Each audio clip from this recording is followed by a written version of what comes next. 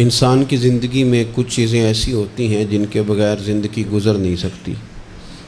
اتنی دیر تک جتنی دیر تک وہ چیز اس کے پاس موجود ہوتی ہے اسے نہ اس بات کا ادراک ہوتا ہے نہ احساس ہوتا ہے،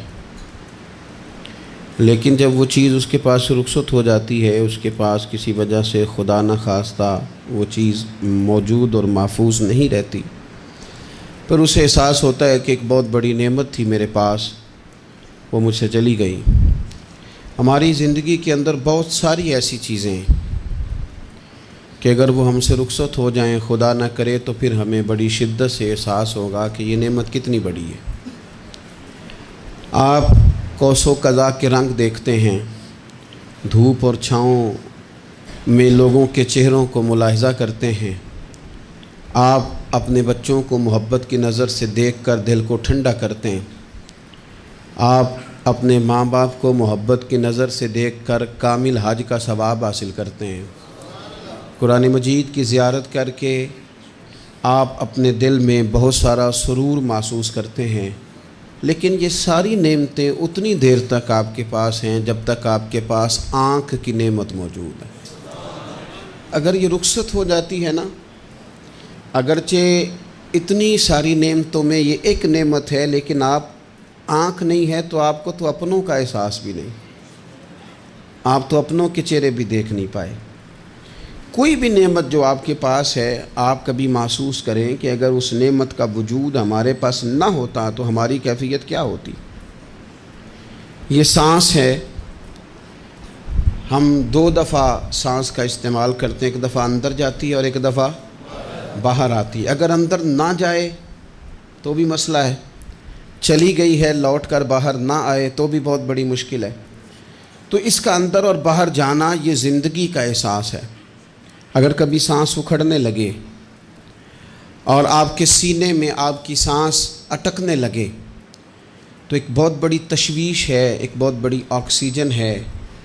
پوری طرح سے انسان کو قید کر دیا جاتا ہے، اور وہ کہتا ہے کہ میرا تو سارا وجود سلامت ہے، ہاتھ کام کر رہے ہیں، پیر کام کر رہے ہیں، آنکھیں کام کر رہی ہیں، زبان کام کر رہی ہے، سب کچھ ٹھیک ہے، صرف سانس اکھڑ گئی ہے۔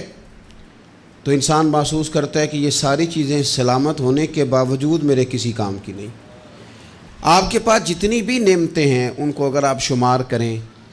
تو کبھی آپ کہیں گے کہ ساری نعمتوں میں آنکھ زیادہ ضروری ہے، کبھی کہیں گے کان زیادہ ضروری ہے، کبھی کہیں گے زبان زیادہ ضروری ہے، کبھی کہیں گے دل زیادہ ضروری ہے، کبھی کہیں گے روح زیادہ ضروری ہے، لیکن میں آپ سے عرض کروں ان ساری چیزوں کے بغیر گزارا ہو سکتا ہے، رسول کائنات کی غلامی کے بغیر گزارا نہیں ہوتا۔ کیوں؟ اس لیے کہ اگر حضور کی شفقت نہ ہو، نبی پاک علیہ السلام کی رحمت نہ ہو، وہ ابن القیم نے ایک جگہ پہ کہا تھا کہ یہ حضور نے ہمیں انسان بنایا ہے،